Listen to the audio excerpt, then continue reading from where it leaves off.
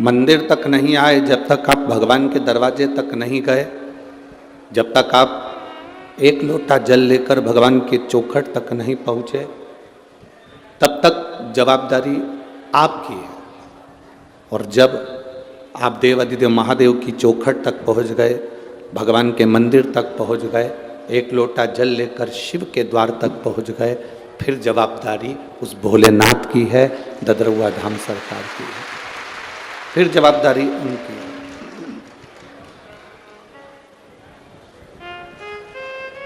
अब हमारा पूर्ण समर्पण, अब हमारा जो समर्पण है हमने सब भगवान पर सौंप दिया। हमारा पूर्ण समर्पण हमने परमात्मा को दे दिया। जैसे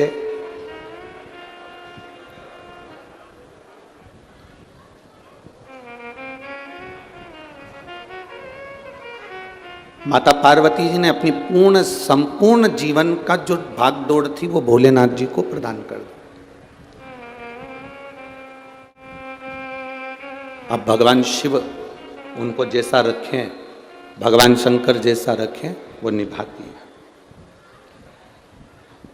हमारी तमन्नाएं बहुत सारी हैं, हमारी आशाएं बहुत सारी है, और हम आस लगाकर भी बैठे हैं। तो किससे आस लगाकर बैठे हैं? संसार वालों से। मेरी जेठानी मुझे ये दे देगी, मेरी सास मुझे रकम दे देगी, मेरा ससुर मुझे प्रॉपर्टी का हिस्सा दे देगा, ये जो मकान है इस मकान के 3 हिस्से हो जाएंगे, एक हिस्सा बड़े बेटे को, एक हिस्सा छोटे बेटे को, एक मंझले को मिल जाएगा। हमने आस दूसरों से लगाई।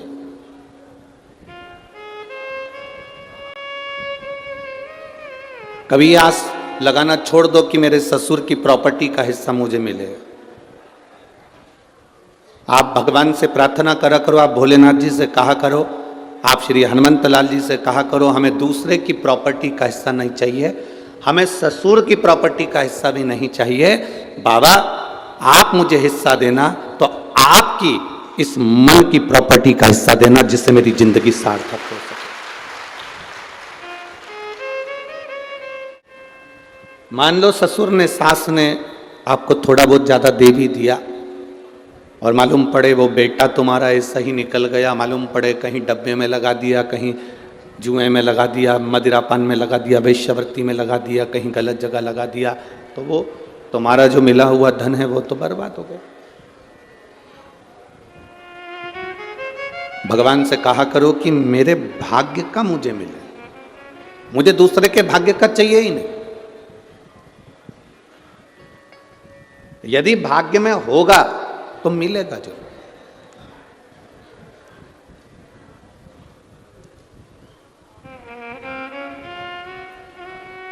संसार में ऐसा कौन जन्मा जिसकी जिंदगी में दुख नहीं आया? करोड़पति के घर में भी पैदा हो जाते तो दुख जिंदगी में पीछा नहीं छोड़ता। मेरे राम जी महाराज का प्रागट्य राजा दशरथ जी के यहां हुआ था, और स्वयं भगवान थे राम। उसके बाद भी 14 वर्ष वन में घूमना पड़ा। भगवान कृष्ण का प्रागट्य भी स्वयं भगवान कृष्ण द्वारका के राजा थे, इसके बाद भी उनकी जिंदगी में दुख तकलीफ कष्ट आता रहा, उनके जीवन में दुख आता रहा, उनकी जिंदगी में कष्ट आता रहा। चाहे रामकृष्ण परमहंस जी हों, स्वामी विवेकानंद जी हों, चैतन्य महाप्रभु जी हों,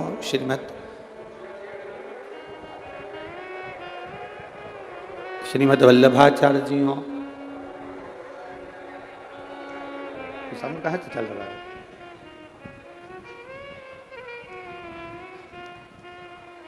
चाहे श्रीमद् वल्लभाचार्य जी हों, चाहे तुलसीदास जी हों, संसार में जो जन्मा है, मृत्यु लोक में जिसका जन्म हुआ है, उसकी जिंदगी में दुख आया है।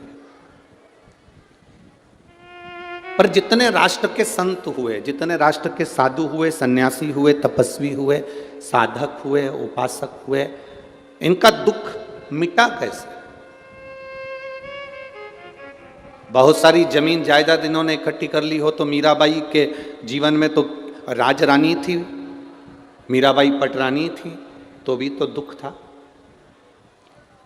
जीवन में ये नहीं है कि आपके पास में धन होगा तो दुख नहीं होगा, संपदा होगी, गाड़ी होगी, बंगला होगा तो दुख नहीं होगा। कई लोग कहते हैं मेरी जेठानी बहुत कष्ट देती है, देवरानी मुझे कष्ट देती है, सास मुझे कष्ट देती है, ससुर मुझे कष्ट देता है, या परिवार के लोग मुझे बड़ा कष्ट देते हैं, मेरे रिश्तेदार, मेरे अड़ोसी पड़ोसी नातेदार कुटुंब वाले मुझे कष्ट देते हैं, मुझे परेशान करते हैं, मुझे दुख देते हैं। हम दूसरे से क्यों कहें?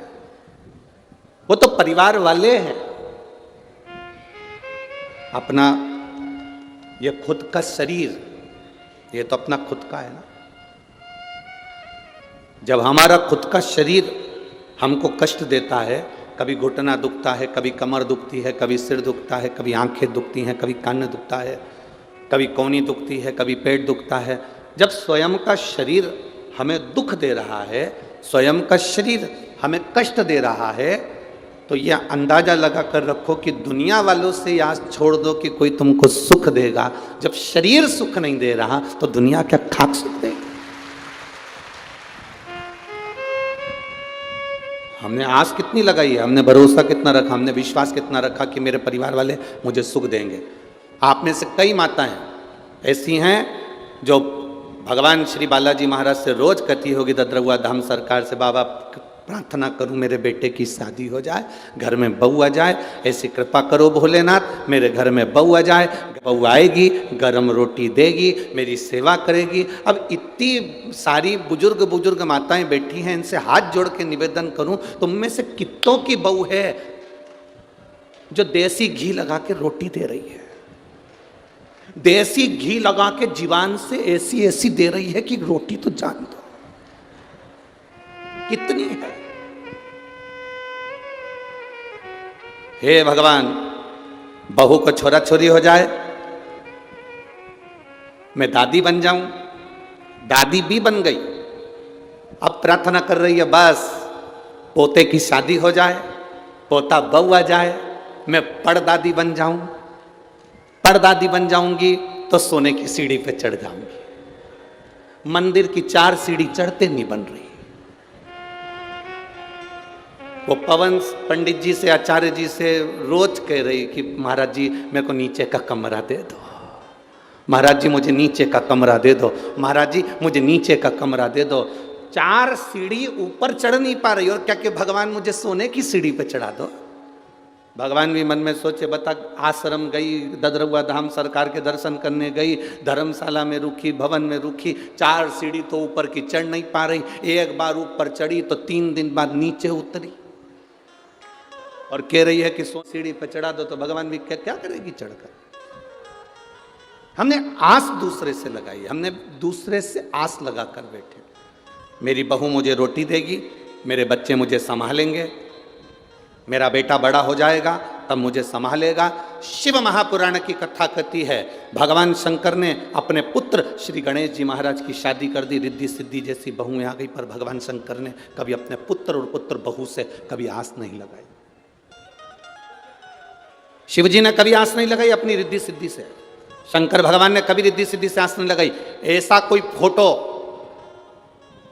तुम्हें अगर कहीं से मिल जाए तो हमको भी भेज देना, जिस फोटो में रिद्धि सिद्धि शंकर भगवान को रोटी खिला रही हो, भोजन करा रही हो, शंकर भगवान को पकवान बनाकर खिला रही हो। अब ये तो बहू है ना, तो इनका तो फोटो होना था, पर आज तक एक पुराण में, किसी शास्त्र में, किसी वेद में कहीं वर्णन नहीं आया कि रिद्धि सिद्धि ने भोजन बनाया और शंकर जी को भोग लगाया।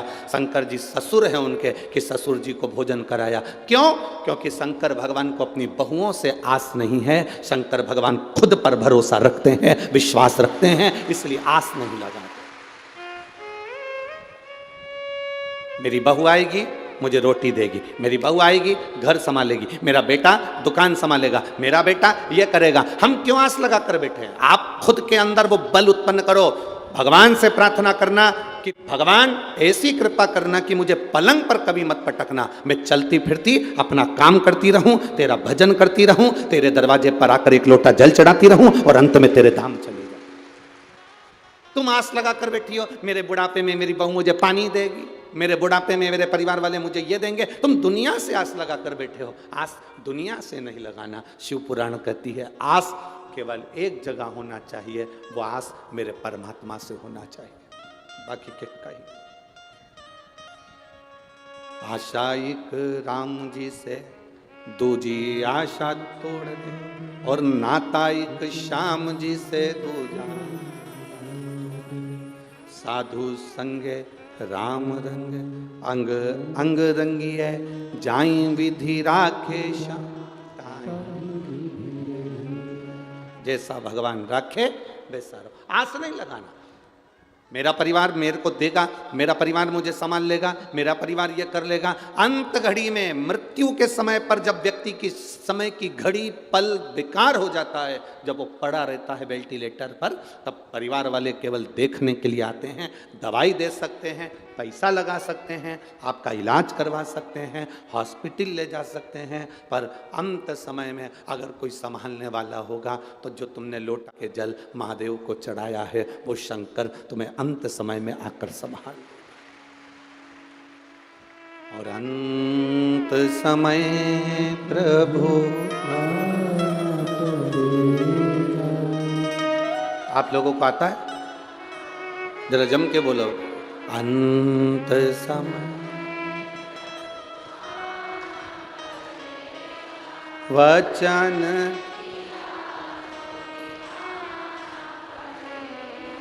आए ना आए कुटुंब, अंत समय प्रभु आना पड़ेगा, वचन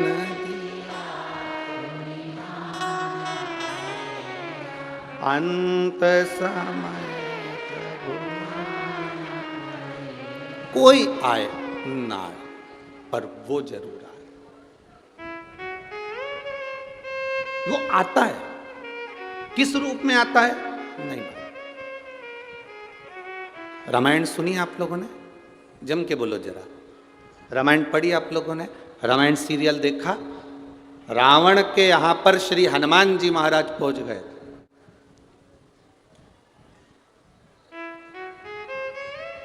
और रावण को हनुमान जी ज्ञान दे रहे थे। सुन रावण, सब छोड़ दे, प्रभु राम की शरण ले। रावण कहने लगा, बंदर होकर मुझे ज्ञान देता है? मुझे जानता नहीं है तू? तेरी मृत्यु तेरे पास में खड़ी है। रावण हनुमान जी से कह रहा है, तेरी मृत्यु तेरे पास में खड़ी है। रावण वो बलवान था जिसने मृत्यु को भी कैद में रख रखा था, अपने बंधन में रख रखा था। वो कहे तो अभी मारे।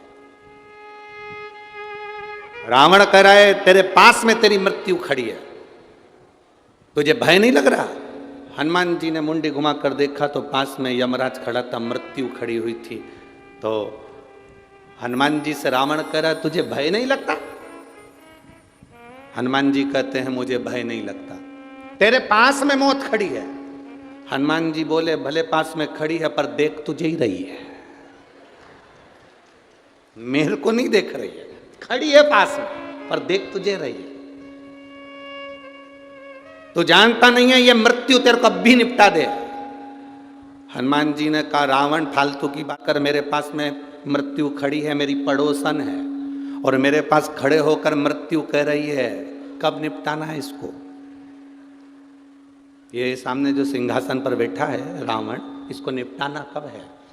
अभी निपटाऊं कि बाद में?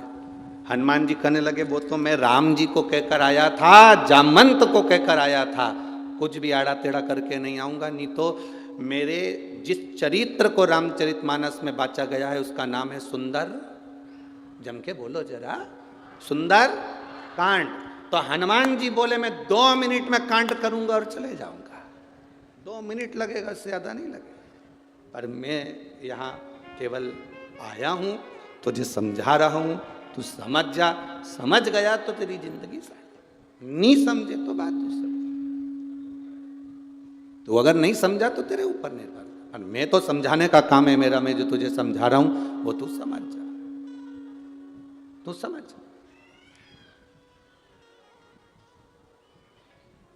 अब ये तो समझने वाला विषय है जो आप समझ जाए।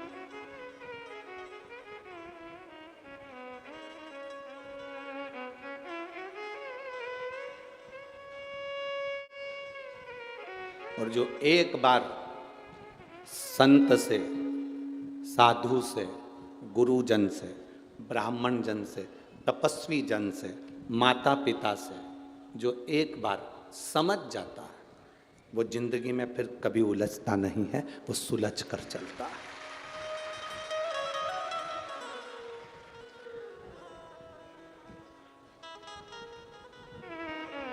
जिस व्यक्ति को अपने घर के बड़ों की बात बुरी लगने लगे,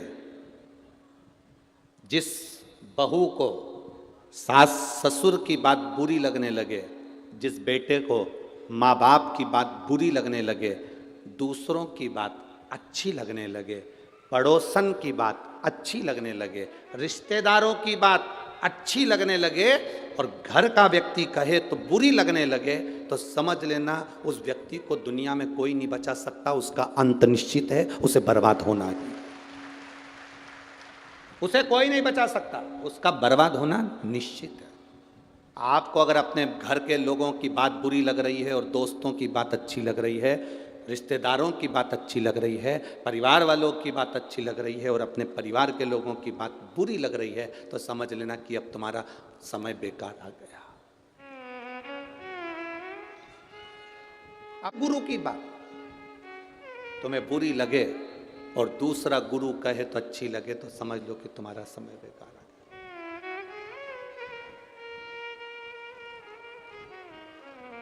कभी किसी से ऐसी आस मत लगा के बैठो कि जिस आस से हमको तकलीफ, जिस आस से हमको तकलीफ, हम क्यों लगाएं? हनुमान जी को क्या कहते हैं? शंकर। ये शिव महापुराण जो हो रही है ददरुआ धाम सरकार के इस पवित्र प्रांगण के अंदर, श्री हनुमंत लाल जी के इस पवित्र मंदिर प्रांगण के अंदर जो ये शिव पुराण की कथा हो रही है, इसका नाम है शंकर सुमन शिव महा। शंकर हनुमान जी को शंकर सुमन भी कहा गया।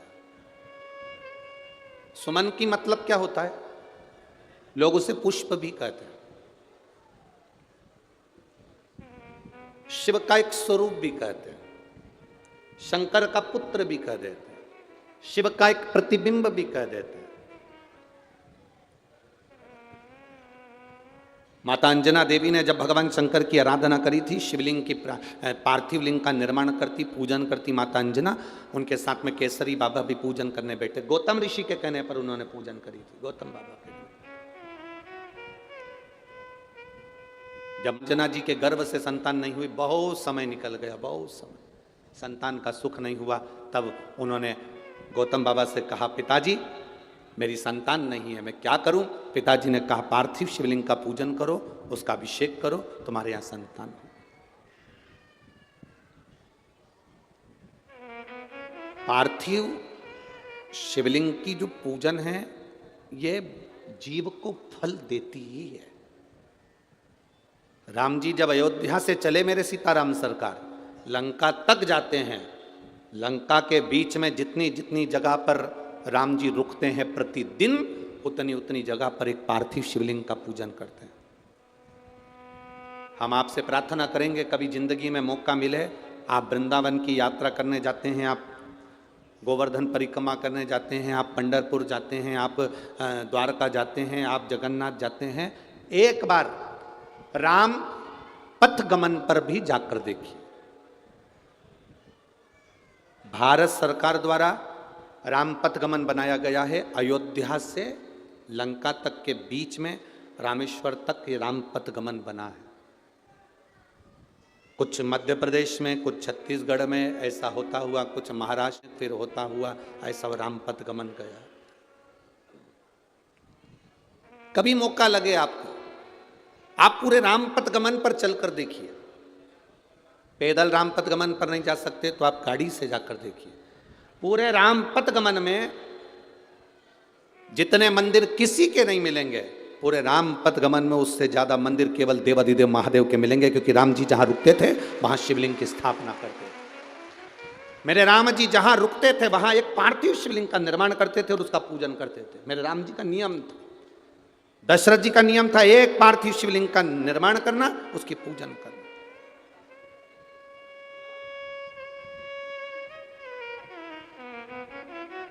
जनक जी का नियम था एक पार्थिव शिवलिंग का निर्माण करना, उसकी पूजन करना।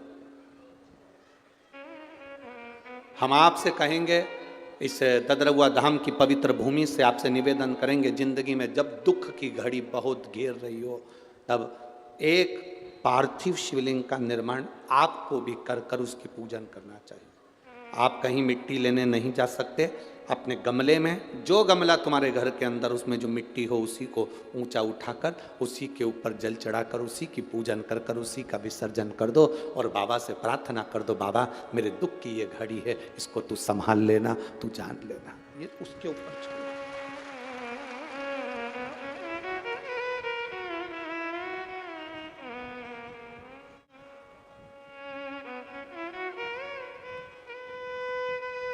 हम उसके ऊपर छोड़ देते। पूरे राम पदगमन में शिव जी के मंदिर मिलेंगे, पूरे राम पदगमन में पार्थिव शिवलिंग का निर्माण मेरे राम जी ने किया है। और केवल राम जी ने नहीं, भगवान कृष्ण ने भी पार्थिव शिवलिंग का निर्माण करा। जब उनके घर में संतान नहीं हुई, 16,108 रानी पटरानी भगवान कृष्ण की, और संतान का सुख नहीं हुआ, गर्गाचार्य बाबा को द्वारका बुलाया गया।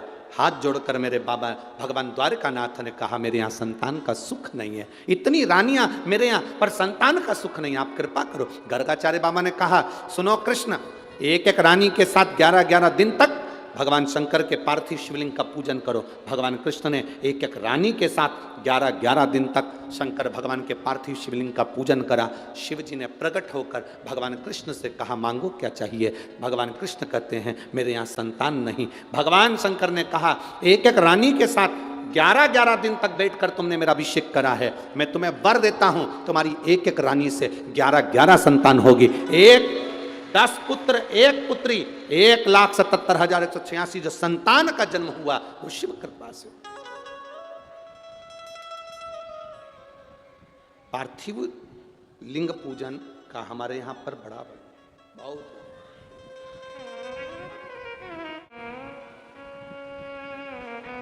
आप में से कितने लोग हैं जो शंकर जी के मंदिर में 1 लोटा जल चढ़ाने रोज जाते? जरा हाथ उठाओ तो जरा, सभी हो।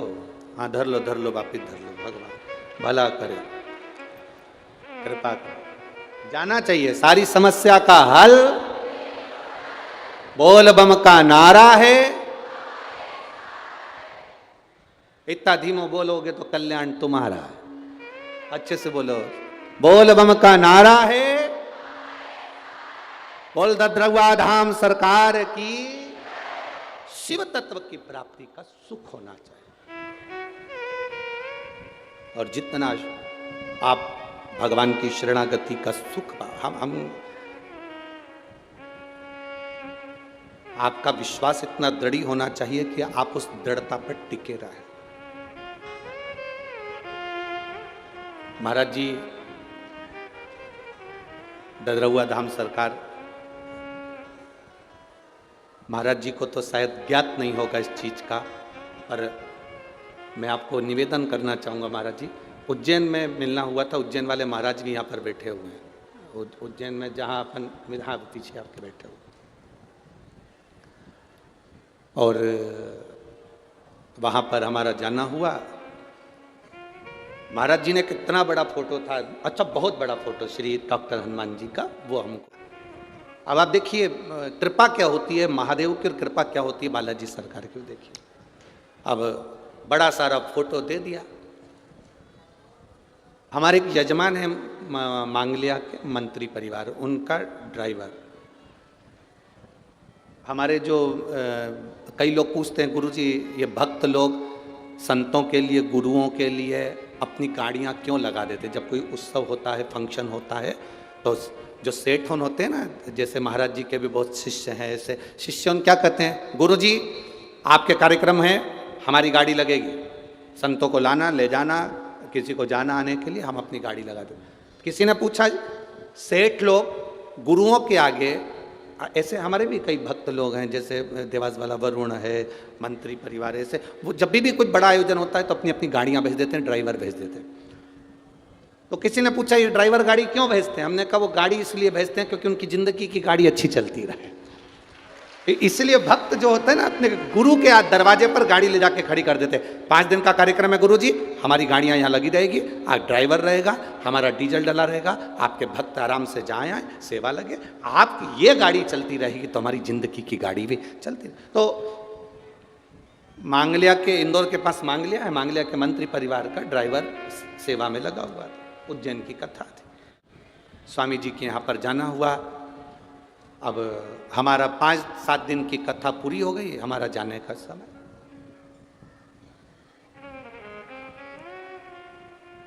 महाराज जी वो ड्राइवर कहता है कि आप जा रहे हो तो आपकी कोई निशानी नहीं दोगे हमको? तो सारा सामान पैक हो गया था, अब कुछ बचा हो देने के लिए तो हम तो जाते समय शॉल भी नहीं ओढ़े थे कि शॉल दे दे। अब बागा तो पहन नहीं सकता, नहीं तो ये उतार कर दे। केवल एक डॉक्टर हनुमान जी का बड़ा सारा फोटो था।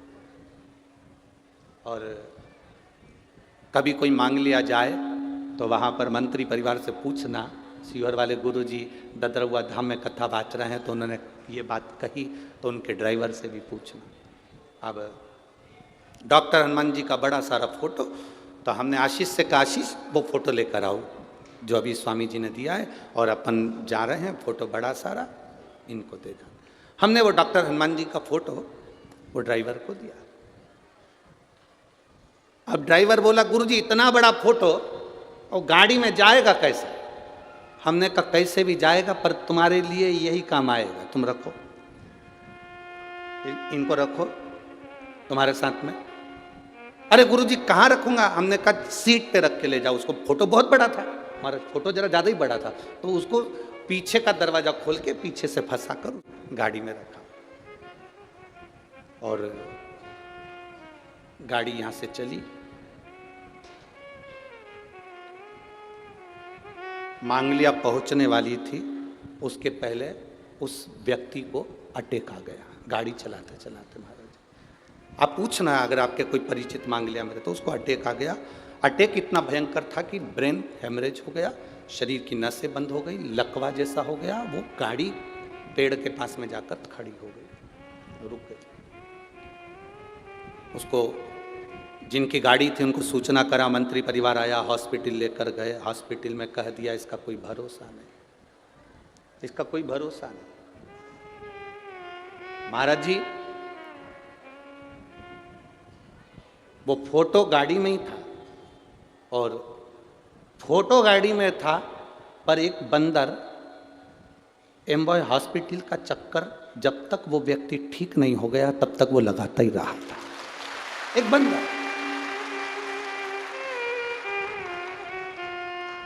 जब वो व्यक्ति की सांस वापिस आई और सब हाथ पैर काम करना ठीक चालू हुआ तो हमने उनसे, उसने फोन पर बात करी और कहा गुरुजी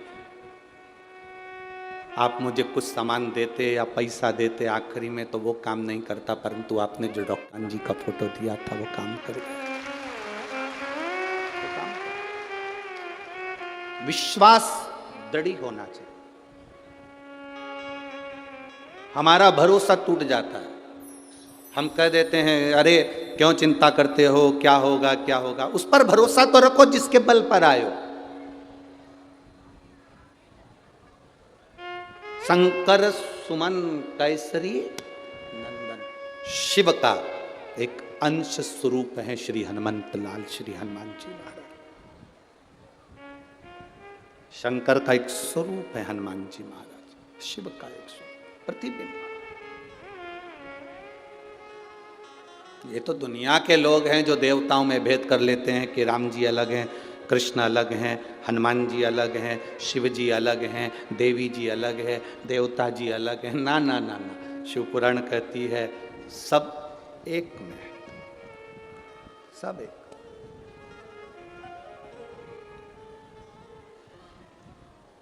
सब एक।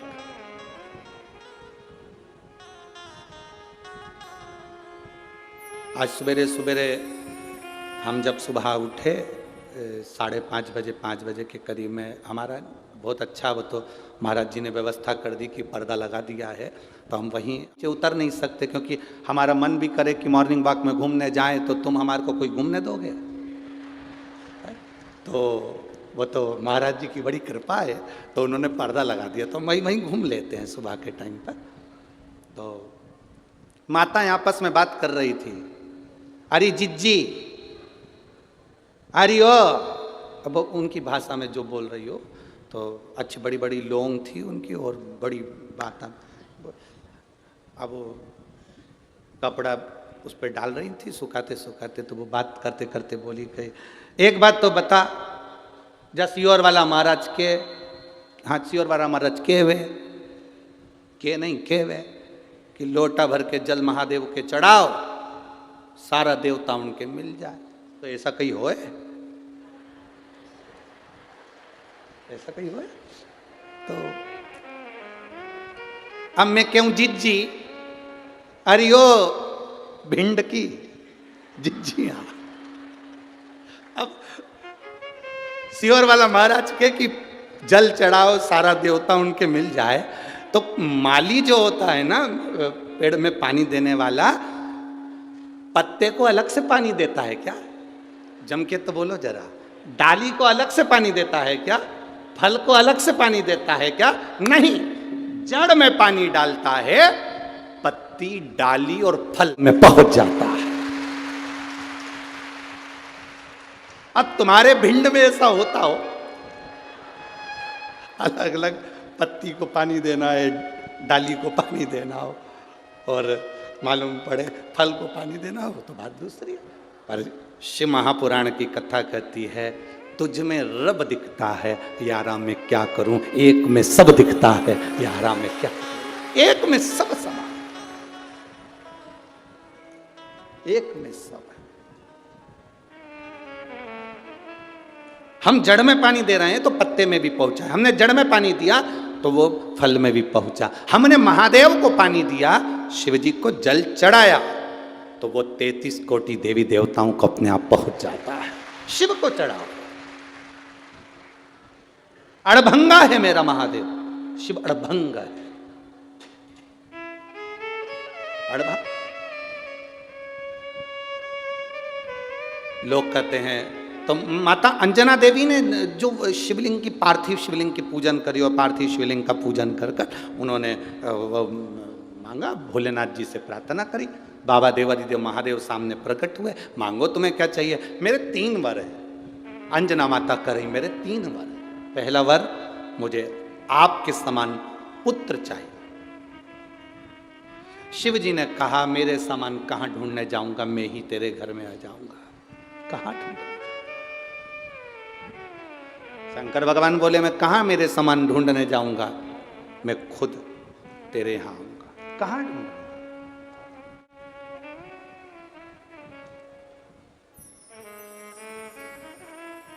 फिर कहा, मेरा पुत्र जो हो अधिक बलवान हो, अधिक बलवान। शिव जी ने कहा, जब मैं स्वयं आ गया तो बल तो है।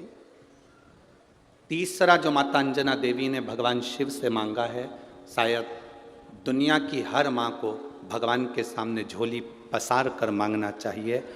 अंजना माता ने भगवान शिव से कहा, मेरा जो पुत्र हो वो विनम्रवान हो, उसमें विनम्रता होना चाहिए। दुनिया की सारी माता को भगवान के सामने झोली पसार कर मांगना चाहिए कि मेरे घर में जो पुत्र जन्म दे वो विनम्र हो। कारण बल तो असुरों में भी होता है, बोलो होता है कि नहीं होता? बल तो राक्षस में भी होता है, असुरों में भी होता है। सत्ता तो असुरों की भी होती है, सिंहासन तो असुरों का भी होता है, पर असुरों में, राक्षसों में विनम्रता नहीं होती।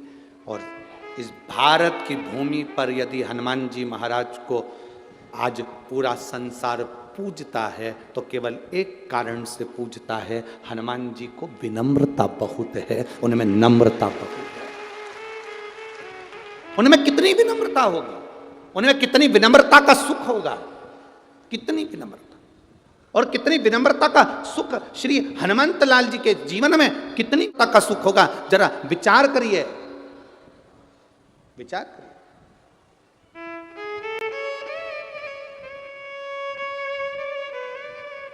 अब किसी ने कहा हनुमान जी में विनम्रता कहाँ दिखी, तो हम कहते हैं जिस समय पर सीता जी का पता लगाने के लिए जा रहे थे, जब माँ जानकी जी का पता लगाने चले तो हनुमान जी को क्या कहते हैं, अष्ट सिद्धि नव निधि के दाता असबर दीन और राम रसायन तुम्हारे पासा सदा। कितना सुंदर कहा गया, तुम में अष्ट सिद्धि है, नवनिधि है।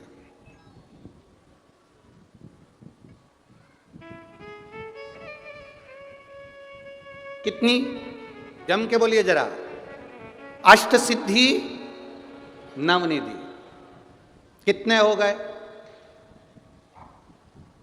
दोनों मिला के? बोलो बोलो, जम के बोलो जरा। 17। हनुमान जी से कहा ये अष्ट सिद्धि।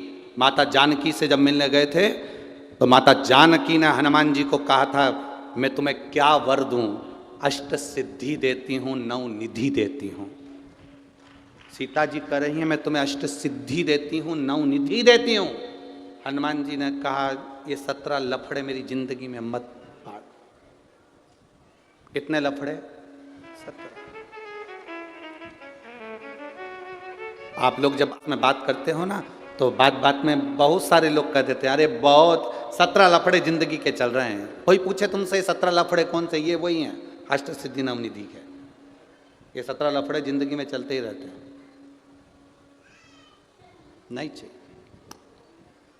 विनम्रता देखी है श्री हनुमान जी महाराज की। उनको शंकर सुमन क्यों कहते हैं? माता अंजना ने मांगा, मां अंजना देवी ने कहा कि मेरे को वर देना, मेरा बेटा जो हो वो विनम्र हो। शंकर जी कहते हैं विनम्रता किस लिए? तो अंजना माता कहती हैं बलवान व्यक्ति, वीर व्यक्ति, सिंहासन पर बैठने वाला व्यक्ति, राजसी ठाट में रहने वाला व्यक्ति एक दिन मरकर चला जाता है। मरकर चले गया तो 2 साल, 4 साल, 6 साल, 8 साल उसको लोग पूजते हैं, उसके बाद कोई नहीं पूछता। पर कोई विनम्र व्यक्ति है अगर चला जाता है तो मरने के बाद भी पूजाता रहता है, उसकी विनम्रता के बाद। हनुमान जी को शंकर सुमन कहा गया क्योंकि विनम्रता का लक्षण श्री हनुमंत लाल जी के पास विनम्रता। कितनी विनम्रता, जरा देखिए हनुमान जी की विनम्रता। शंकर सुमन क्यों कहते हैं हनुमान जी को? उनकी विनम्रता देखिए। जब सीता जी का पता लगाने जा रहे हैं तो अष्ट सिद्धि नवनिधि के दाता श्री हनुमान जी महाराज बूढ़े जामवंत से कह रहे हैं कि आप मुझे आज्ञा दीजिए कि मैं क्या करूंगा लंका में जाकर, क्या करना है मुझे, कैसे जाना है मुझे, क्या करना है मुझे। इतना बुद्धिवान हनुमंत लाल और बूढ़े जामवंत से पूछ रहे हैं कि मैं क्या करूंगा वहां जाकर। मतलब उनकी बहुत विवेकी जो व्यक्ति होता है, जिसमें बहुत बुद्धि होती है, वो हमेशा झुक कर चलता है, छोटा बनकर चलता है। इसलिए हनुमान जी महाराज विनम्र बन गए। आप बताओ मुझे करना क्या है? जो बहुत विनम्रवान व्यक्ति होगा, जिसमें विनम्रता होगी, वो कभी अपना बखान नहीं करता। विनम्र व्यक्ति कभी अपना बखान नहीं करता। आप में से कोई व्यक्ति अगर लंका चले गया होता सीता जी का पता लगाने, तो 25 बार माइक लेके चिल्ला चिल्ला के बोलता, मेरे को पहचानते हो, मैं लंका गया था सीता का पता करने।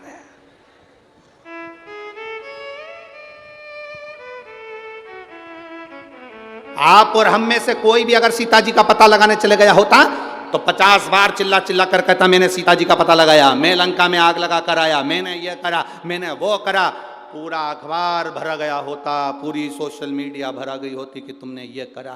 पर हनुमान जी ने, जब राम जी ने पूछा हनुमान से, हनुमान सीता का पता तूने लगाया? हनुमान जी बोले नहीं प्रभु मैंने नहीं लगाया। जामवंत पास में खड़े तो उन्होंने कहा इसी ने लगाया।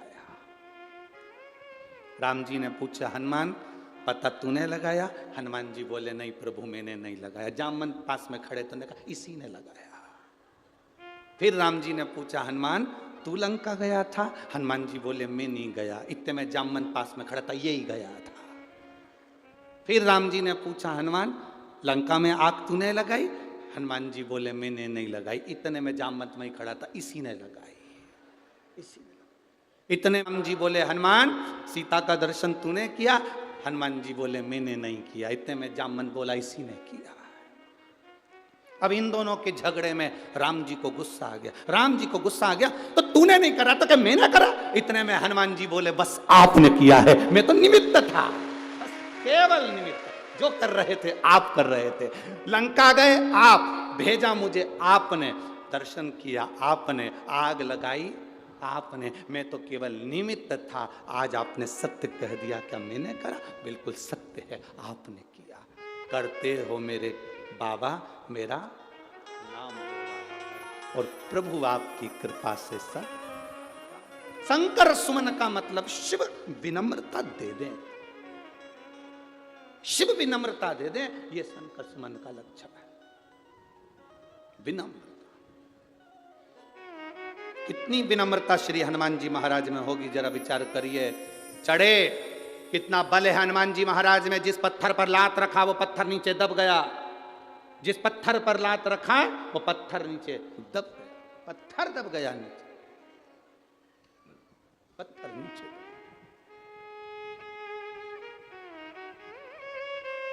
चले, बीच में मिल गई सुरसा, मैं तुझे खाऊंगी। हनुमान जी बोले देख मेरे पास में टाइम नहीं है री। ए सुरसा, तू कह रही मुझे खाएगी, पर मेरे पास भी तो टाइम होना चाहिए, काम करना, मैं जब घूम फिर के आ जाऊं तब खा लेना।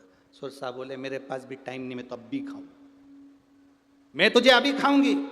हनुमान जी बोले मैं जरा लंका होकर आ जाऊं तब खा लेना। नहीं ना ना ना, मेरे पास। हनुमान जी बोले देख मेरे को बहुत सारी फाइल निपटाना है, बहुत सारा काम पड़ा है, लंका तक जाना है, फालतू के लफड़े मत कर। सुरसा तेरे हाथ जोड़ो, मुझे जाने दे। सुरसा के नहीं, बिना खाए तो नहीं जान दूंगी। तो हनुमान जी बोले अब खा ही ले, तू ले खा। मुंह फैला, उसने मुख को फैलाया। 1 योजन का मुख मतलब 8 मील 1 योजन में होता है, 8 मील 1 योजन का मुख फैला लिया। हनुमान जी 1 योजन का जैसे ही हनुमान जी ने अपना स्वरूप बनाया, सुरसा ने 2 योजन मुख फैलाया। हनुमान जी 2 योजन के हुए तो सुरसा ने फिर योजन बढ़ाते बढ़ाते वो 4 योजन का मुख बनाया। हनुमान जी 8 हो गए, 8 बढ़ाते 16 हो गए, 16 से 32 हो गए, 32 पे सुरसा 64 योजन का मुख फैलाती। हनुमान जी छोटे होकर मुंह में से प्रवेश कर कर बाहर खड़े हो गए, और खड़े होकर सीताराम सीताराम सीताराम करने लगे। सुरसा बोली क्यों रे, मुंह में नहीं गया? हनुमान जी के घूम फिर के वापिस आ गया।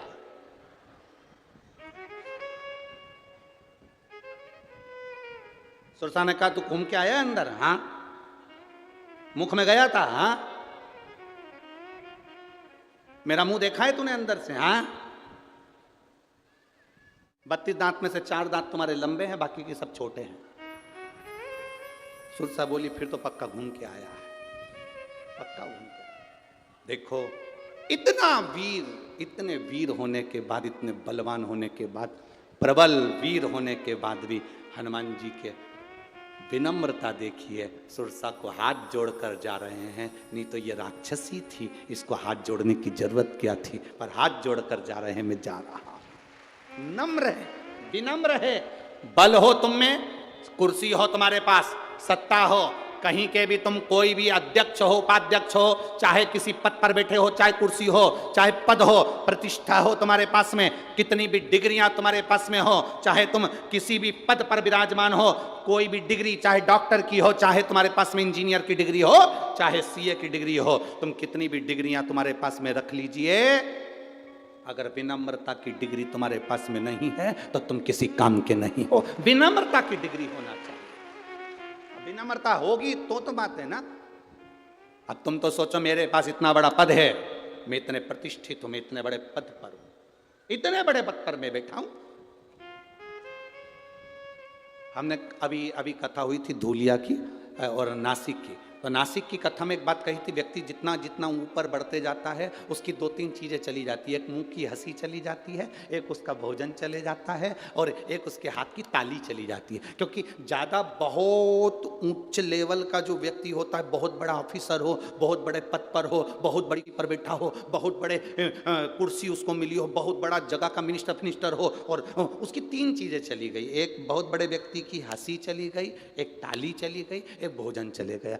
बड़ा व्यक्ति जब भी कहीं बेचारा खाने जाता है, खा ही नहीं पाता। भूख लग भी रही तो इतना सा उठाएगा बिस्कुट का टुकड़ा, क्योंकि उसको दिखाना पड़ता है कि हम वीआईपी हैं। सियोर वाले महाराज जैसा थोड़ी ना सब निपटा जाता है, जो मिल जाए खा लो।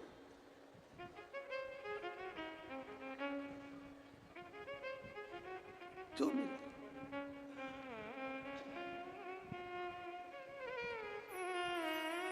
खाओ, आनंद। अब अपन अगर संकोच करें तो जी ईमानदारी की बात बोलो रही, अगर अपन शर्म करें तो कोई पेट भराए क्या है? और माल खिलाने वाले ददरुआ धाम सरकार हो तो फिर कौन भूखा मरे से? तो खाओ डपट के, हाँ करना अपन को। अब पहला ये ददरुआ धाम सरकार का पहला ऐसा मंदिर और आश्रम देखा जिसमें माइक पे चिल्ला चिल्ला के बोलते हैं, सुबह का बाल भोग बन गया है, तैयार हो गया है, खाओ जाओ। पहली जगह देखी, नहीं तो लोग बाल भोग बना के कब खा के बंद कर दे पता ही नहीं चलता। ऐसे भी आश्रम देखे, ऐसे भी मंदिर देखे, बाल भोग बनता है, चुपचाप से सब आश्रम वाले खा जाते हैं, 2 4 8 खा गए, इसके बाद में दरवाजा बंद। किसी ने पूछा बाल भोग बना था? खत्म खत्म। और ये ददरुआ सरकार का माइक पकड़ पकड़ कर, बाल भोग बन गया है, जाओ खाओ, जाओ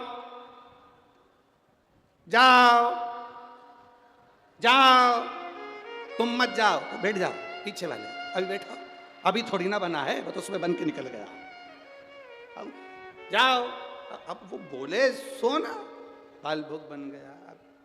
कहीं कहीं ऐसा होता है जहाँ चिल्ला चिल्ला कर कहा जाता है बाबा का प्रसाद है, पाओ, अपनी जिंदगी का सुख और आनंद, अपनी मस्ती में रहिए, आनंद में रहिए। ज्यादा वीआईपी बनकर नहीं जाना, गुरु के दरवाजे पर, भगवान के दरवाजे पर वीआईपी बनकर मत जाना, नहीं तो गुरु जी कुछ देंगे और तुम नीनी मेरे को रेंदा, नीनी मेरे को रेंदा, नीनी मेरे को रेंदा। गुरु जी के पास जाओ तो इतना बड़ा पशु करके गुरु जी डाल दो, गुरु जी डाल।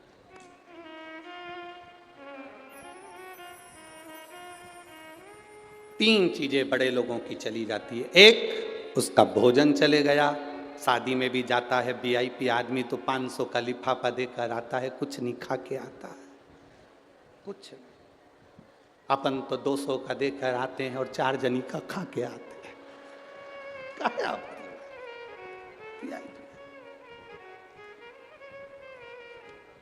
अब दूसरी चीज बड़े आदमी की चली जाती है, उसके चेहरे की हंसी। बहुत वीआईपी, बहुत बड़ा ऑफिसर, हंसता कम है। तुम जब भी बात करोगे वो ऐसा बैठा मिलेगा जैसे मुसद्दी लाल। तुम बोलोगे सर सर, हंसी की बात भी करोगे ना,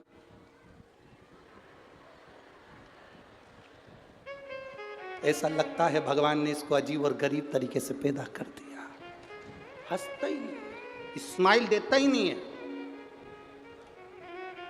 जब तो वो हरिद्वार में बैठे हुए रामदेव बाबा सुबह सुबह योगा में तुमको हंसाने का प्रयास कर, हंसो, फिर लोग सुबह सुबह मॉर्निंग वॉक में क्योंकि हंसना जरूरी है, हंसते ही नहीं। बड़ा व्यक्ति के चेहरे से हंसी चली गई। कई कई बड़े बड़े घर की जो वीआईपी पति की पत्नियां होती वो भी नहीं हंसती, बेचारी ऐसी है। अच्छा, ये इसलिए नहीं हंसती क्योंकि ज्यादा तेज हंस देंगी तो लिपस्टिक दांत में चिपक जाए, अब ज्यादा हंस भी नहीं सकती, तो वो बेचारी बिल्कुल सावधानी से हंसती,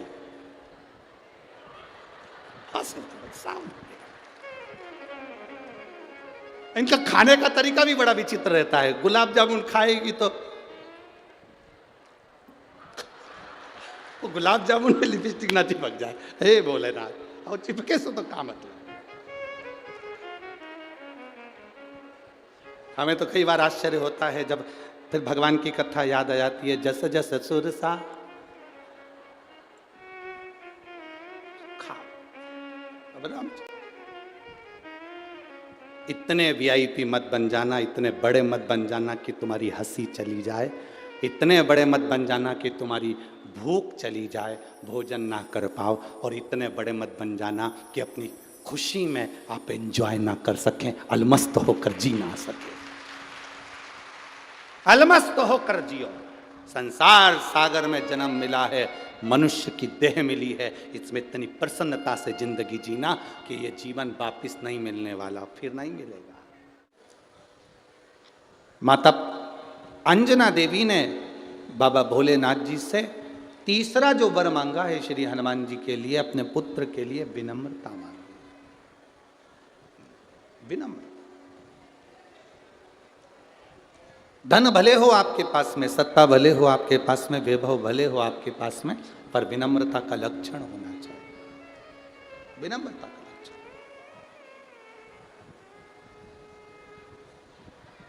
कभी कभी जब व्यक्ति के जीवन में ज्ञान का अभिमान आ जाता है, प्रतिष्ठा का अभिमान आ जाता है, तो व्यक्ति फिर नष्ट हो जाता है। शिव महापुराण में कथा आती है श्री ब्रह्मदेव की। ब्रह्मा जी ने एक बार भगवान विष्णु से पूछ लिया था तुम्हारे पिता कौन है, तो भगवान विष्णु ने अपने ब्रह्मदेव से कह दिया था मेरे पिता देवाधिदेव महादेव,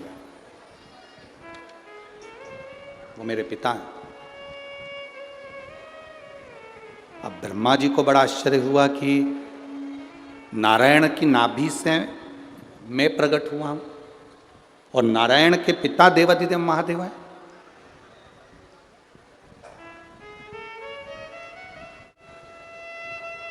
मैं आपके पिता को देखना चाहता हूं, मैं आपके पिता का दर्शन करना चाहता हूं। ठीक है, करो। एक बड़े से पर्वत को ब्रह्मा जी और भगवान विष्णु ने घुमाना प्रारंभ करा। उस पर्वत को जब घर्षण करना घुमाना प्रारंभ करा तो घुमाते घुमाते घुमाते घुमाते उस पर्वत को जब घुमाया गया, उसमें से अग्नि का एक खंभ प्रकट हो गया। अग्नि का खंभ प्रकट हुआ तो एक लिंग की आकृति भगवान शंकर का एक प्रतिबिंब शिवलिंग प्रकट हो गया। एक शिवलिंग प्रकट हो गया।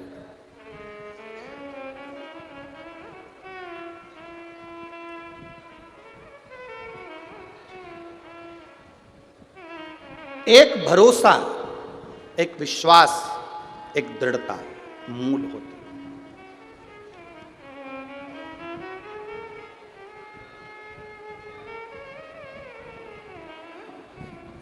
कितना भरोसा होगा, कितना विश्वास होगा, उस भरोसे के बल पर व्यक्ति की जीत होती है। महाराज जी 17 दिन से उत्तराखंड की भूमि में सुरंग में लोग फंसे हुए थे। सुरंग के अंदर 17 दिन से लोग फंसे हुए थे। मैं भारत सरकार को और उत्तराखंड की धामी जी की सरकार को धन्यवाद देता हूँ। 17 दिन के बाद वो सब जीवित की जीवित बाहर निकले। ये शिव कृपा और भगवान श्री हनुमंत लाल जी की ये कृपा है भगवान की।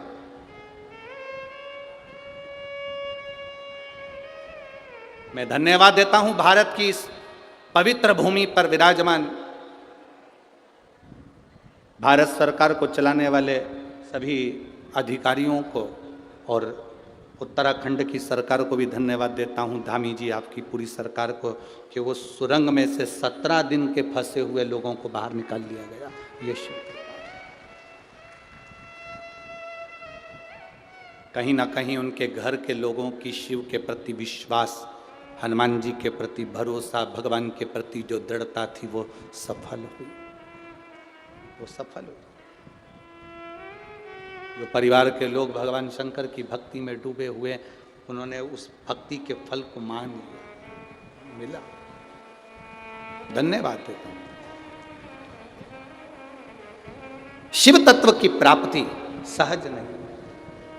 ब्रह्मा जी और भगवान विष्णु ने जो घर्षण करा उससे शिवलिंग प्रकट हुआ। उस शिवलिंग को ब्रह्मा जी कह रहे हैं क्या ये तुम्हारे पिता हैं? एक शिवलिंग को देखकर ब्रह्मा जी कह रहे हैं क्या तुम्हारे पिता हैं? आपके सामने कई लोग सनातन धर्म पर उंगली उठाते हैं, पत्थर पर दूध डोल रहे, पत्थर पे दूध चढ़ा रहे। क्या इसमें भगवान है? ब्रह्मा जी ने भगवान विष्णु से कहा था कि शिवलिंग में, इस पत्थर के शिवलिंग में, इस अग्नि के खंभ में, क्या इस शिवलिंग में शिव है, तुम्हारा पिता है? भगवान विष्णु ने उसी समय संकल्प लेकर कह दिया था, इस शिवलिंग में मेरा पिता देवादिदेव महादेव है, सिद्ध है, वो निश्चित है।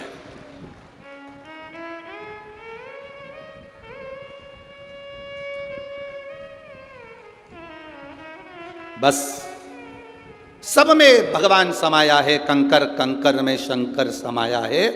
नेत्र चाहिए उस परमात्मा को देखने के। नेत्र हैं आपके पास में तो आप देख सकते हो, नेत्र नहीं तो कुछ नहीं।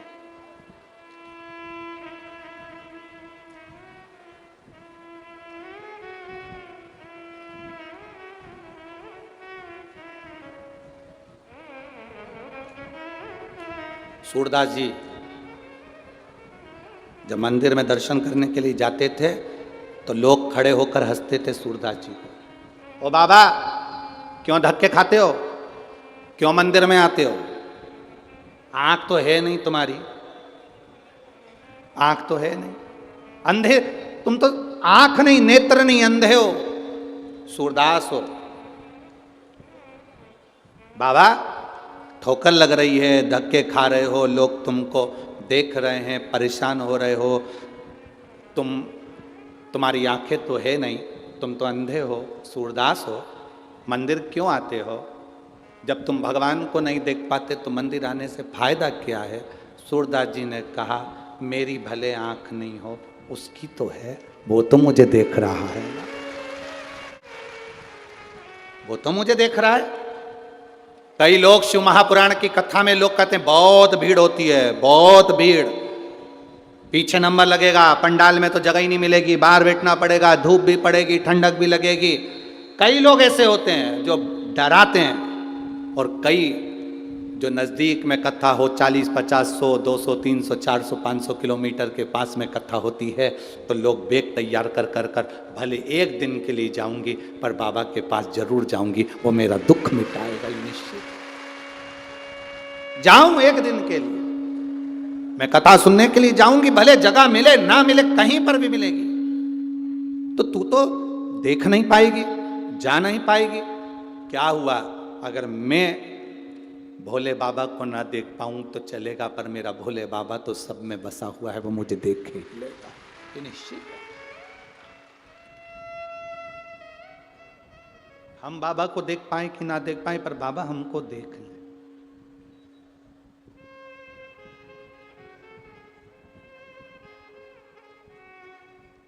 ददरहुआ धाम सरकार के मंदिर में जब दर्शन करने के लिए जाओ, 4 घंटे तक खड़े रहने से कोई मतलब नहीं है।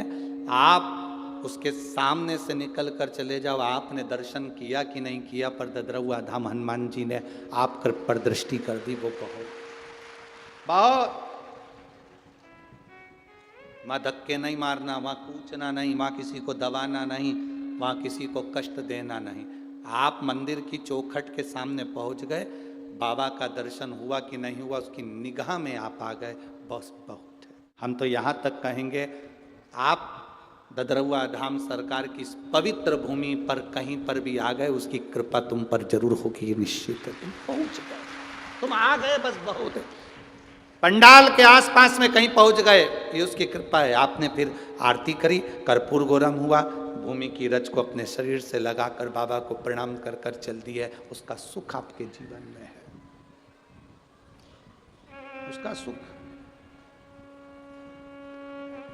खाली ना जाता कोई दर से तुम्हारे, खाली ना जाता कोई दर से तुम्हारे, मैं भी खड़ा हूँ नन्ही बाहें पसारे, अपने हृदय से लगा लो, लगा लो, गिरा जा रहा हूँ, उठा लो, उठा भोले अपने दर से अब तो न टालो, गिरी जा रही हूँ, उठा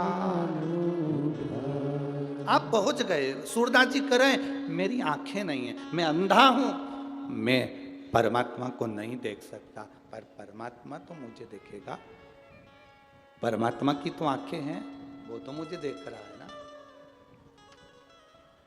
हनुमान जी से रावण ने कहा था ब्रह्मस्त्र में बंधे हो, हनुमान तुम बंधे हुए हो, मैं चाहूं तो अभी की अभी तुम्हें मार सकता हूं। हनुमान तुम बंधे हो, मैं चाहूं तो अभी की अभी तुम्हें बांध सकता हूं।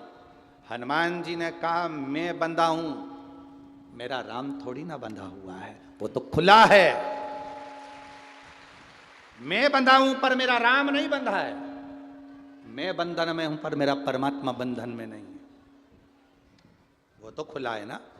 हनुमान आप देख, रावण ने कहा मैं तुझे भी मारता हूं। तुरंत दूतों से कहा कि इस बंदर को मार दो, इस बानर को मार दो। तब विभीषण उठकर खड़े हो गए और विभीषण ने कहा नहीं, कोई दूत आया है उसको मारा नहीं जाता, गुप्तचर आया है उसे मारा नहीं जाता, इसकी पूंछ में आग लगा दो। हनुमान जी ने कहा देख ले, मैं बंधा था, मेरा राम नहीं बंधा था, इसलिए मुझे बचाने वाला उसने यहीं की यहीं भेज दिया। देख, हमारे बीच में कोई ऐसा होता है, हमारे परिवार में कोई ऐसा होता है, हमारे मित्र इष्ट जो हमारे नजदीक में कोई ऐसा आ जाता है जो हमारी दुख की घड़ी में आकर खड़ा हो जाता है और हमारे दुख की घड़ी से हमें निकालने का प्रयास करता है। तीन होते हैं, ए मेरी भिंड की जीजियों और मेरे जीजाओं, तीन होते हैं, एक पशु, पुरुष और महापुरुष। कितने हैं? जम के बोलो जरा। पहले नंबर पर जम के बोलो जरा, पशु। यहां के लोग कम बोलते हैं क्या? अच्छा बोलते हैं ना दमदारी से। पहले नंबर पर पशु, दूसरे नंबर पर पुरुष, तीसरे नंबर पर महापुरुष। इसमें अंतर क्या होता है? पशु में, पुरुष में और महापुरुष में अंतर क्या है? पशु वो होता है जो दूसरे के दुख को देखकर हंसता है, अच्छा हुआ, इसके साथ तो यही होना था, इसके पाप हुए ना इसलिए भुगत रहा। पशु जो होता है वो दूसरे के दुख को देखकर खुश होता है। पुरुष मनुष्य कैसा होता है? अगर पुरुष है, मनुष्य है, तो दूसरे के दुख को देखकर वो भी दुखी हो जाता है, दूसरे के सुख को देखकर वो भी सुखी हो जाता है। पशु का काम है दूसरे के दुख को देखकर खुश होना, और पुरुष का काम है दूसरे के दुख को देखकर दुखी होना, और महापुरुष का काम है दूसरे के दुख को देखकर दुखी होकर उसके साथ खड़े होकर उसका दुख समाप्त करना। यह महापुरुष का लक्षण है, यह महापुरुष का लक्षण है। पहले नंबर पर है पशु। अगर आप दूसरे के दुख पर हंस रहे, अच्छा हुआ, उसके साथ तो ऐसा ही होना था, उसके साथ तो ऐसा ही होना, अच्छा हुआ, उसके पाप का घड़ा भराया, अच्छा हुआ, उसके साथ ये हुआ। अगर आप दूसरे के दुख को देखकर खुश हो रहे हो तो आप पशु हो, दूसरे के दुख को देखकर आप दुखी हो रहे हो तो आप पुरुष हो, और अगर दूसरे के दुख में तुम खड़े होकर उसका दुख मिटा रहे हो तो आप महापुरुष हो, आप महापुरुष की गिनती में।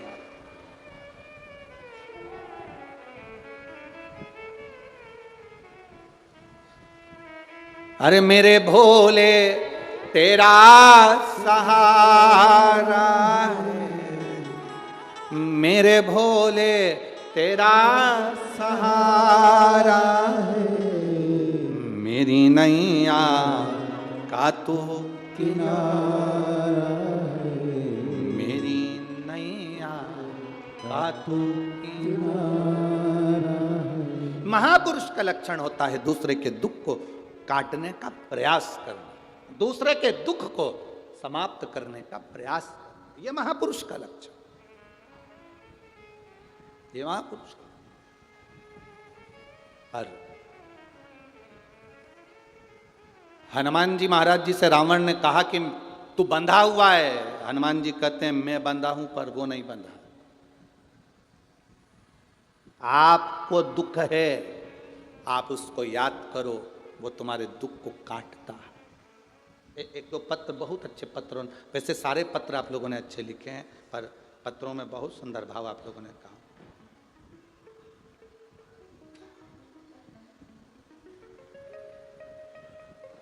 मैं कल्पना कुलश्रेष्ठ, मनोज कुमार कुलश्रेष्ठ, निवास गणेशपुरा, जिला मुरैना, मध्य प्रदेश की हूँ।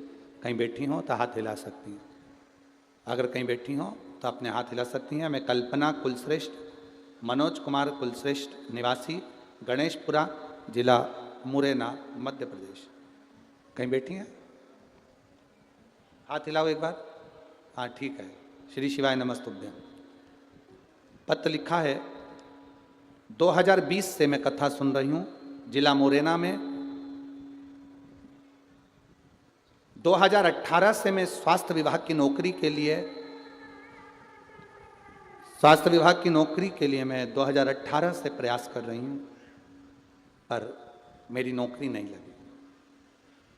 कुछ नंबरों से मैं रह जाती थी, मेरी नौकरी नहीं लग पाती थी, मैं बड़ी परेशान थी। तब 2018 में प्रयास करा, 2019 में प्रयास करा, तभी भी मेरी नौकरी नहीं लगी। 2021 में आपने पार्थिव शिवलिंग पूजन का वर्णन कराया, उस पर काली मिर्च का स्मरण कराया और काली मिर्च चढ़ाकर उस पूजन का विधान बताया, तब मैंने वो किया। और बाबा की कृपा से आज मैं स्वास्थ्य विभाग, गोहद तहसील, ग्राम धमसा, जिला भिंड में नौकरी कर रही हूँ। ये भोलेनाथ जी की कृपा, बाबा की कृपा। मैं ददरौआ धाम सरकार को प्रणाम करती हूँ, नमन करती हूँ, जिन्होंने इतनी सुंदर शिव महापुराण की कथा यहाँ कराई, उसके लिए मैं धन्यवाद देती हूँ। ये शिव तत्व है, ओघड़ी, शंभु, बैठिए बहन। एक विश्वास जब दृढ़ होता है, भरोसा पक्का, विश्वास दृढ़, भरोसा पक्का, क्यों ना मिले। एक लड़के ने तो अपनी मम्मी से शर्त लगा ली थी कि मैं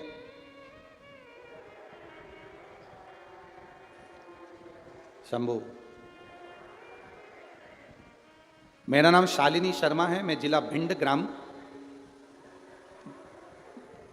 पंचोखरा की रहने वाली हूं। मेरा मोबाइल नंबर ये है। कहीं बैठी हैं हाथ हिला सकती हैं, अगर कहीं बैठी हो तो, कहीं बैठी हो तो हाथ हिला सकती हैं।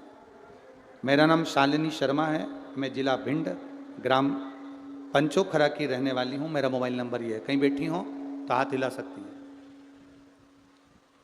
गुरुजी, मैं भोले बाबा का क्या वर्णन करूं। एक लोटा जल वास्तव में सारी समस्या का हल है। मेरे भाई की जॉब नहीं लग रही थी, वो भगवान पर भरोसा कम करता, वो कभी मानता नहीं, उसकी जॉब नहीं लग रही थी, कभी 1 नंबर से, कभी 2 नंबर से, कभी 3 नंबर से रह जाता था। हमने उससे कहा कि तू शिवजी के मंदिर जाया कर, 1 लोटा जल चढ़ाया कर, एक बार तू जिंदगी में पशुपतिनाथ का व्रत कर, शंकर के ऊपर जल चढ़ा, पशुपति व्रत कर, भगवान शंकर के मंदिर जाया कर। उसने कहा मंदिर जाने से कोई सफलता मिलती है क्या। तब हमने हमारे भाई से कहा कि मेहनत कर, कर्म कर, पूरी मेहनत कर, और मेहनत के साथ में शंकर भगवान का भजन कर, उसका फल जरूर मिलेगा। और मैं यहाँ पर प्रणाम आई हूँ गुरुदेव, आज मेरा भाई भारतीय सेना में BSF में सिलेक्शन हो गया है और बाबा की कृपा से उसकी नौकरी लगी है। ये शिव तत्व है, ओघड़ी शंभू की कृपा। अरे लुटा दिया भंडार काशी वाले ने, कर दिया माला। शिव कृपा होती है, जब भगवान शंकर की करुणा होती है, तब जाकर जीवन का कोई सुख हमारे जीवन में प्राप्त होता है। शिव कथा कर, भगवान का संवाद कर। ब्रह्मा जी ने कहा ये तुम्हारे पिता है, ये तुम्हारे पिता हो ही नहीं सकता। शिवलिंग को देखकर ब्रह्मा जी कह रहे हैं कि मैं तुम्हारे पिता का सिर देखना चाहता हूं। ब्रह्मा जी सिर देखने के लिए चले, सिर देखने के लिए।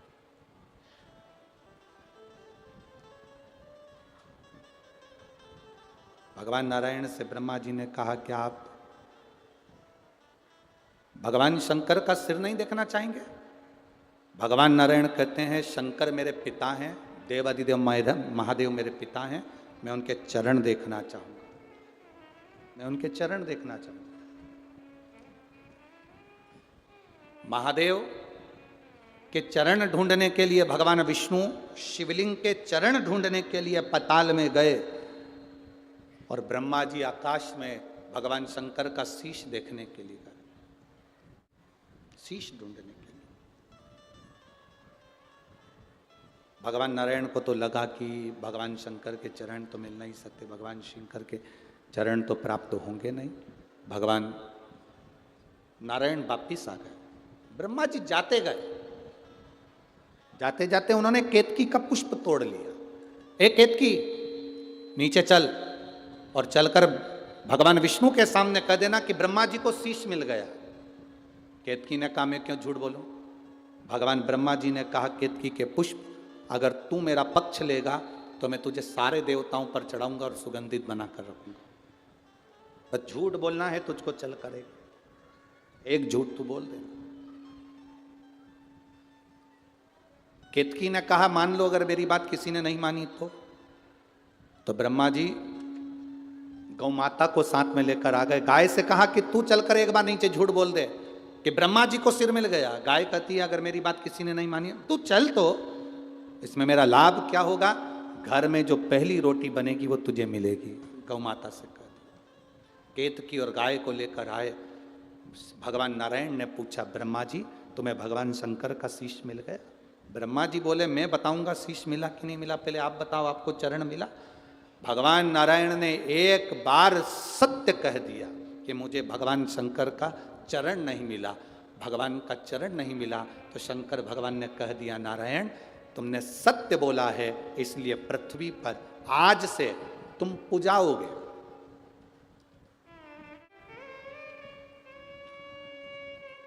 स्कंद पुराण की कथा में यह चरित्र मिलता है। नारायण तुमने सत्य बोला है, इसलिए पृथ्वी पर आज से तुम्हारी पूजन होगी और दुनिया के लोग तुम्हें सत्य नारायण भगवान कहकर पुकारेंगे और तुम्हारी पूजन करेंगे, क्योंकि तुम सत्य बोले हो। तुमने सत्य अपने साथ में रखा, इसलिए तुम्हें पूजा हो। आप लोगों में से कितने लोग हैं जिनके यहां सत्यनारायण जी की कभी कथा हुई? सभी क्या हुई है? रख लो रख लो। कथा में कितने अध्याय होते हैं? जम के तो बोलो जरा। 5।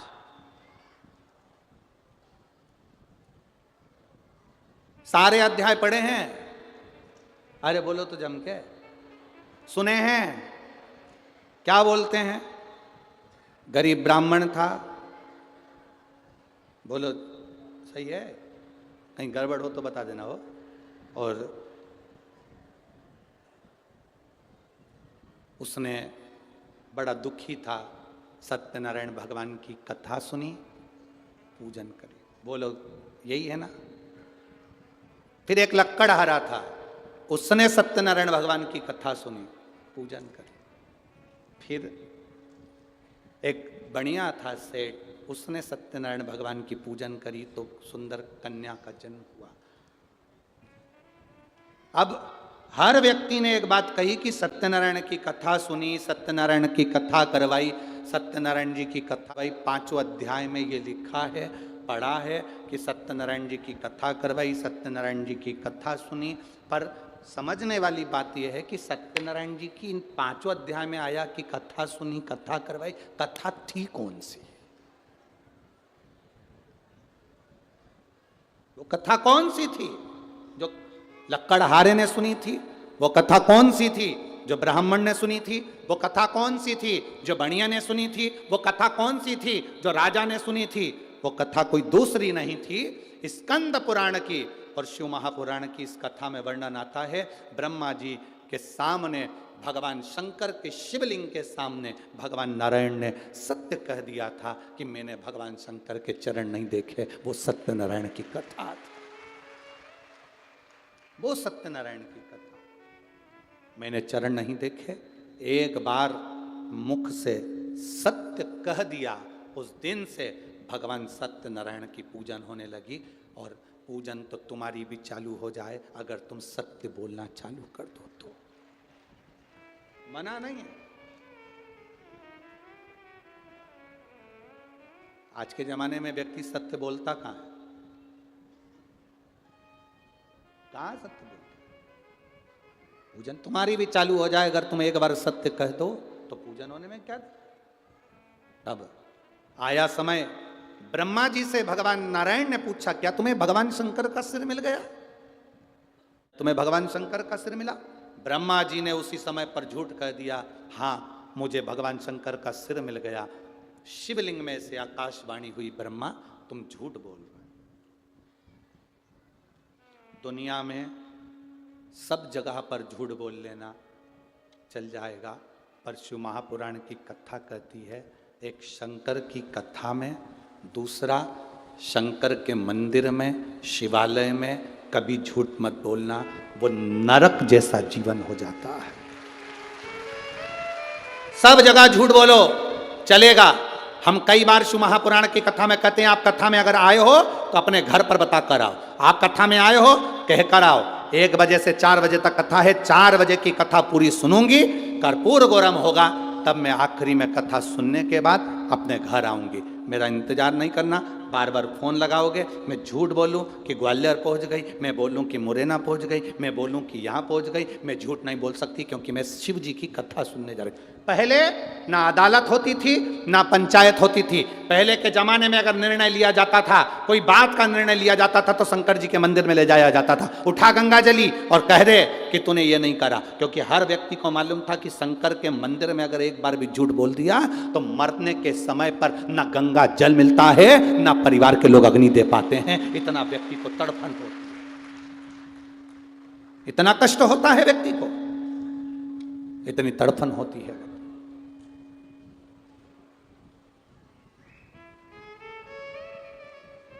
सब जगह पर झूठ बोलो, शिव महापुराण को छोड़ दो, घर के दरवाजे पर झूठ नहीं बोलो। जो बोलना है सत्य बोलो, विद प्रूफ बोलो कि हाँ हमने ये चीज बोली। अब जैसे हमने अभी कहा कि महाराज जी ने बड़ा फोटो दिया था, वो फोटो हमने ड्राइवर को दिया, ड्राइवर मांग लिया का था और हमने बता दिया। अब जिसको प्रूफ चाहिए वो जाए देख ले। सत्य बोलो, जो सत्य है उसको बोलते चलो।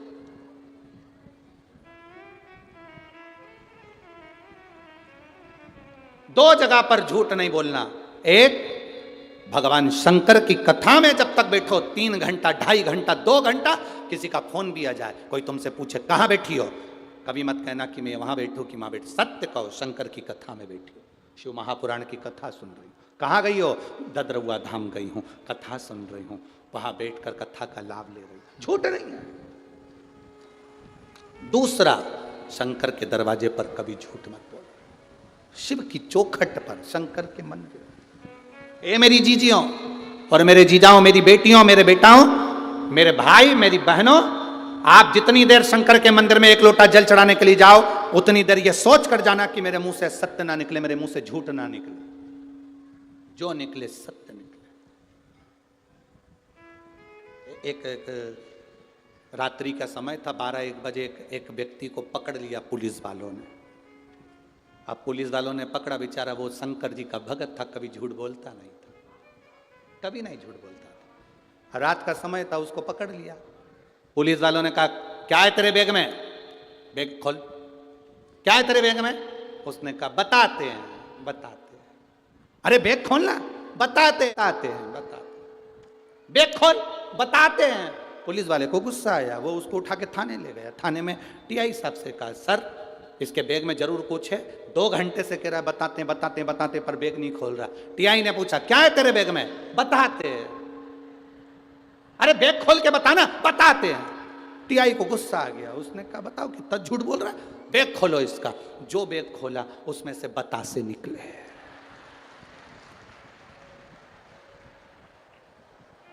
टीआई बोला, इसमें तो बतासे हैं। वो बोला, मैं तो तब से बोल रहा, बताते हैं बताते हैं बताते हैं।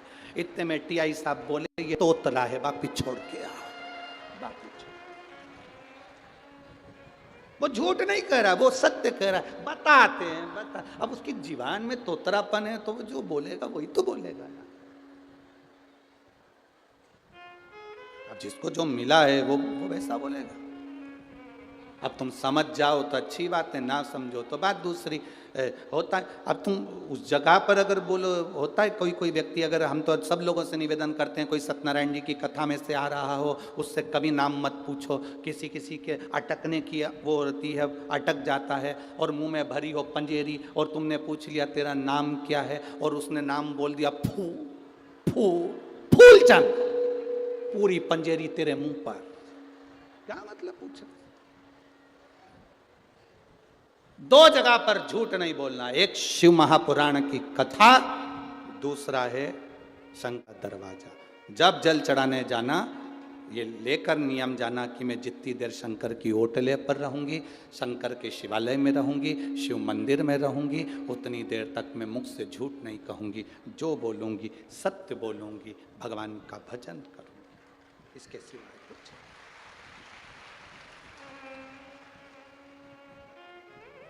क्यों कहते हैं अपने बच्चों को गीता पढ़ाओ? क्यों कहते हैं अपने बच्चों को रामायण पढ़ाओ? क्यों कहते हैं अपने बच्चों को भागवत पढ़ाओ, शिव पुराण पढ़ाओ? क्यों कहते हैं? शिव महापुराण की कथा कहती है, जिनके बच्चे बचपन में गीता को पढ़ लेते हैं, जिनके बच्चे बचपन में गीता को उठा लेते हैं, जिनके बच्चे बचपन में गीता का पाठ कर लेते हैं, उनको अदालत में खड़े होकर गीता पर हाथ रखकर कसम नहीं खाना पड़ती है। जिसने गीता को पढ़ा ही नहीं, वो अदालत में खड़ा होकर गीता पर कसम खाता है। जिसके घर के संस्कार बड़े प्रबल होते हैं और जिसने गीता पढ़ी होती है, उसको खड़े होकर गीता पर हाथ रखकर कसम नहीं खाना होता। वो नहीं कसम खाता, वो भगवान का भजन, उसको मालूम है मैंने सत्य का जीवन जिया। शिव जी को सबसे ज्यादा प्रिय है सत्यम शिवम सुंदरम। शंकर की प्रियता सत्य में है, सत्य में प्रिय।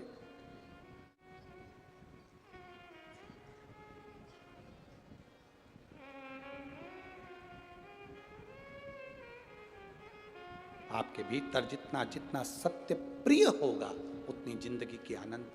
ब्रह्मा जी के सामने, ब्रह्मा जी ने शिव जी के सामने झूठ कह दिया। अब झूठ बोलने का फल क्या है? ब्रह्मा जी ने झूठ बोला, कहा मेरी बात ना मानो तो केतकी के फूल से पूछो। झूठ को प्रूफ चाहिए, सत्य को प्रूफ नहीं चाहिए। असत्य को प्रूफ की जरूरत पड़ती है। आप ना मानो तो पूछो। केतकी के फूल से शंकर भगवान के सामने भगवान विष्णु ने पूछा, केतकी के पुष्प, क्या ब्रह्मा जी को सिर का दर्शन हुआ है? शंकर जी के, महादेव के सिर का दर्शन? केतकी का फूल कहता है हाँ, ब्रह्मा जी को सिर का दर्शन हुआ तो शिवलिंग में से आकाश वाणी हो गई। केतकी का फूल तो झूठ बोल रहा है। शंकर भगवान के शिवलिंग के सामने तूने झूठ बोला है केतकी के पुष्प, मैं तुझे श्राप देता हूं, सारे देवताओं पर केतकी का फूल चढ़ेगा पर शंकर पर कभी नहीं चढ़ेगा। भूल से भी अगर केतकी का पुष्प शंकर जी पर चढ़ गया तो 1000 गौ हत्या के बराबर दोष लगेगा। केतकी नहीं चढ़ेगी क्योंकि इसने झूठ बोला। इतने में ब्रह्मा जी ने कहा, यह आकाशवाणी झूठी है, पूछना है आपको तो गौ माता से पूछ लो कि मैंने शंकर भगवान के शिवलिंग का दर्शन करा। भगवान नारायण ने हाथ जोड़कर गौ माता से पूछा, गौ माता आप बताओ, क्या भगवान ब्रह्मा जी ने शंकर भगवान के शिवलिंग का दर्शन, भगवान शंकर के शीश का दर्शन करा? गौ माता ने भी झूठ दिया। भगवान ब्रह्मा जी ने शंकर भगवान के शीश का दर्शन करा है। क्रोध आ गया देवादिदेव महादेव को, शिवलिंग में से आकाशवाणी हो गई, ए ब्रह्मा, ये गौ माता भी झूठ बोल रही है। हे गाय, जगत की तू मां कहलाती है गौ माता, पर तूने शिवलिंग के सामने झूठ बोला है। मैं तुझे श्राप देता हूं गौ माता, तेरा पूरा शरीर पूजा जाएगा पर तेरा मुख अपूज्य रहेगा, क्योंकि तूने झूठ बोला। तो झूठ बोली है, इसलिए कली काल में तुझे झूठन खाने को मिलेगी, क्योंकि तू झूठ बोली, तू असत्य बोली है, झूठ बोली।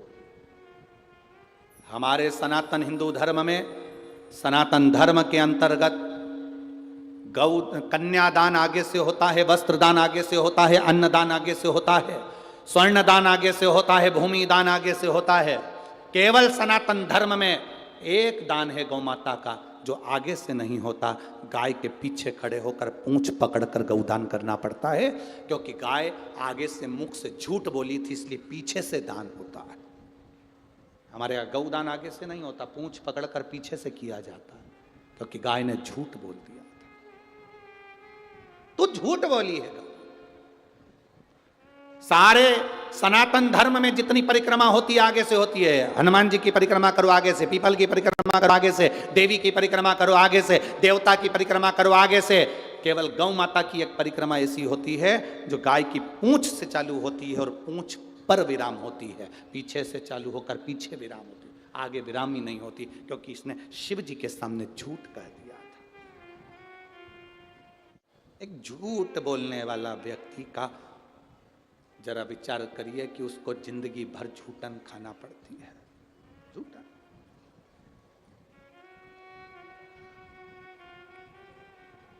विचार करिएगा अपने जीवन में, एक असत्य, एक झूठ हमारी जिंदगी को नष्ट कर देता। एक झूठ, केवल एक चरित्र बड़ा विचित्र है, आप लोगों ने सुना भी होगा पहले।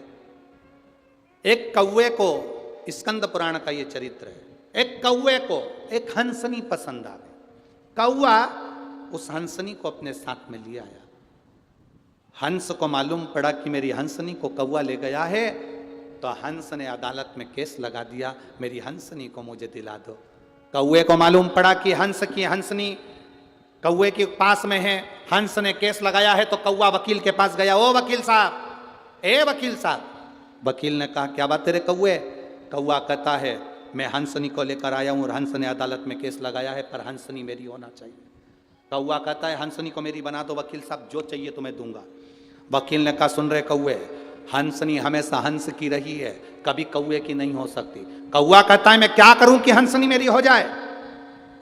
वकील ने कहा तू रात को जज के घर जा और जज से बात कर ले और उसको कुछ देने का प्रभाव कर, जिससे तू हंसनी को अपनी बना ले, क्योंकि निर्णय तो जज ही देगा ना, निर्णय तो जज देगा। जा।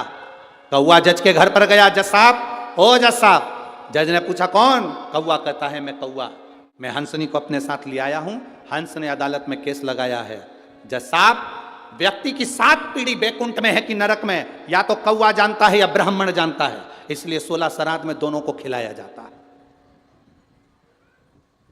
व्यक्ति की 7 पीढ़ी को बैकुंठ में है कि नरक में, या तो ब्राह्मण जानता है या कौवा जानता है, इसलिए 16 श्राद्ध में कौवे को भी भोजन कराते हैं, ब्राह्मण को भी भोजन कराते हैं। मैं कौवा अपनी दृष्टि से देख रहा हूं आपकी 7 पीढ़ी बैकुंठ में है। अगर जज साहब कुर्सी पर बैठकर तुमने एक निर्णय दे दिया, हंसनी को मेरा बना दिया, तो मैं तुम्हें जीते जी तुम्हारे दादा परदादा से मिलवा दूंगा बैकुंठ में, ये मेरी शर्त है। बस आप एक काम करो, हंसनी को मेरा बना दो।